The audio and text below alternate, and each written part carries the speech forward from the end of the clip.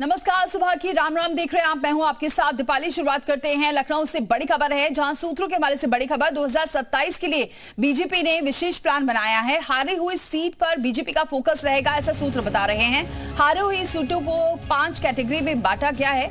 दूसरे नंबर की सीट को एक कैटेगरी में रखा गया है और ए सीटों पर अभी से पन्ना प्रमुख सक्रिय हो गए हैं। तीसरे नंबर की सीट को बी कैटेगरी में रखा गया है और बी सीट पर प्रत्याशियों की लिस्ट तैयार हो रही है। बी सीट पर लगातार बैठक करेंगे पदाधिकारी। विपक्ष के दबदबे वाली सीट सी कैटेगरी में रखी गई है। सी सीट पर केंद्रीय पदाधिकारी रहेंगे सक्रिय। वहीं डी कैटेगरी में उपचुनाव में जीत वाली सीटें रहेंगी। यहां उपचुनाव में लगे पदाधिकारी एक्टिव रहेंगे। ई कैटेगरी में सहयोगियों की हार वाली सीटें होंगी और ई कैटेगरी सीट पर बड़े पदाधिकारी सक्रिय होंगे। सहयोगी दल के साथ जीतने की कोशिश होगी। विशाल हमारे सहयोगी इस खबर पर जुड़ चुके हैं। विशाल, बीजेपी लगातार एक्टिव रहती है चुनाव को लेकर और आखिरकार अभी से ही पूरी तैयारियां शुरू कर दी गई हैं।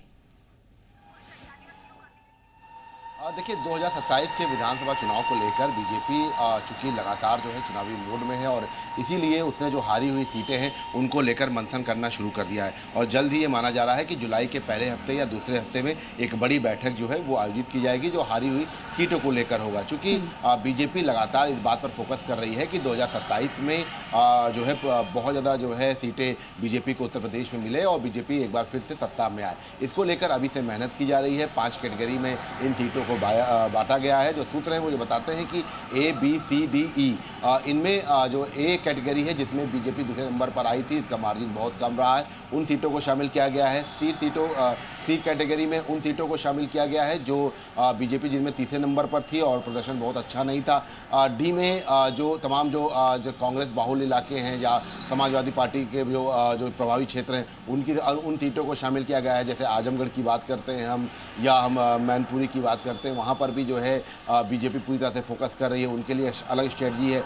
ई में जो सहयोगी दलों की जो सीटें हैं उनको शामिल किया गया है कि ई जो है उसमें है। इसके साथ साथ जो सबसे महत्वपूर्ण है वो ये है कि जो उपचुनाव में सीटें बीजेपी जीती है और 2022 में हार गई थी उनको भी एक कैटेगरी में जो है डाला गया है। मतलब साफ तौर पे 5 कैटेगरी बनाई गई है। उसके आधार पर बीजेपी पूरा मंथन कर रही है और ये कह सकते हैं जल्द ही इसको लेकर एक बड़ी बैठक होगी, एक कार्य योजना तैयार की जाएगी। पन्ना प्रमुख से लेकर पदाधिकारियों तक की ड्यूटी लगाई जाएगी और चूंकि बीजेपी की स्ट्रेटजी ये रहती रही है कि चुनाव से पहले ही बीजेपी अपने आप को बहुत ज़्यादा मजबूत करती है और उसी कड़ी में ये जो पूरी कवायद है ये देखी जा रही है। ठीक है, विशाल बने हमारे साथ और भी खबरें हैं जिस पर आपसे अपडेट लेंगे। तो